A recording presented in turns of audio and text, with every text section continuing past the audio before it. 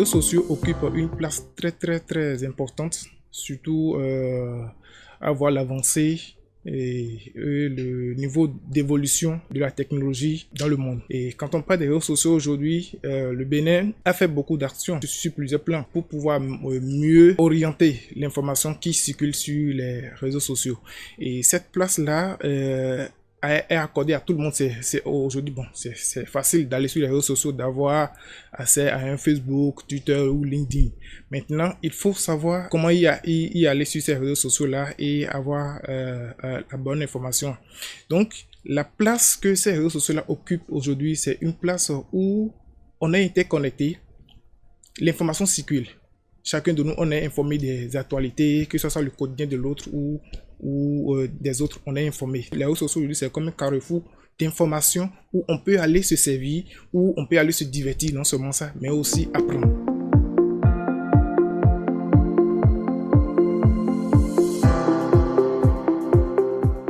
Est-ce que l'information que nous consommons, en réalité, est la bonne? Donc, on a affaire à des fausses informations qui circulent beaucoup sur les réseaux sociaux et que même nous, internautes, ou voilà, nous tous sommes des internautes, sommes tous sur les réseaux sociaux.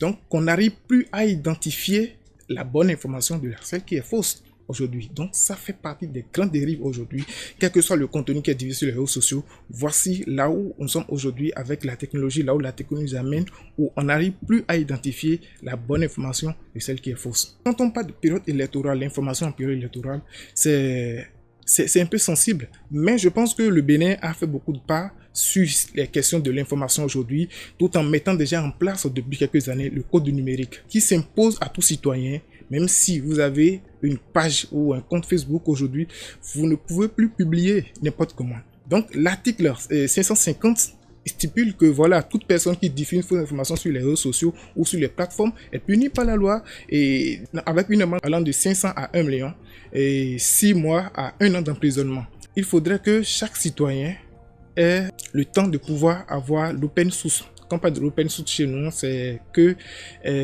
avoir la véracité. Est-ce que l'information est vraiment vérifiée? Est-ce que cela permet de pouvoir dire que voilà, elle est fausse? Parce que quand on prend ce code numérique là même aussi, il dit celui qui a produit l'information et celui qui a relayé, eux tous sont punis par le même code là.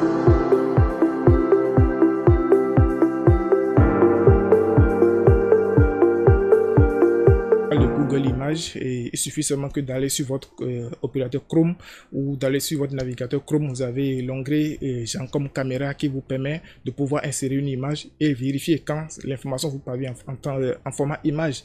Maintenant, quand ça vous parvient en format test, il y a l'outil qu'on a Fast Check Tool Explorer. Vous allez sur votre navigateur, vous mettez Fast Check Tool Explorer, l'outil qui vous permet de pouvoir vous mettre l'information que vous avez reçue le test et puis ça vous sort si elle est fausse, elle est vraie, et ça vous dit que c'est fausse et si c'est vrai, ça veut dire que c'est aussi faux. Donc du coup, il y a ces outils là. Il y a aussi l'outil Data Viewer, c'est le site de Amnesty International qui vous permet aussi de pouvoir vérifier une information. Donc il y a ces outils là qui existent. Il y a encore InVid qui est un outil de pouvoir vérifier les vidéos. Ça, c'est au niveau des vidéos parce que l'information vient aussi en format vidéo. Et là, quand ça vient en vidéo, nous on appelle ça les deepfakes. Pour vérifier une seule information, il faut faire passer l'information, la seule information que vous avez reçue dans plus de 6-5 outils.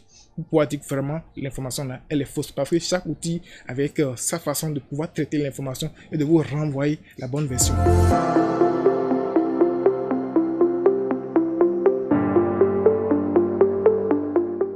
Le message que je m'avais adressé à chacun de nous, c'est de pouvoir chercher à vérifier une information avant de partager. Et on rappelle que le code du numérique en son article 550 punit sévèrement tout citoyen qui produit, qui partage, qui republie ou qui relaie une information.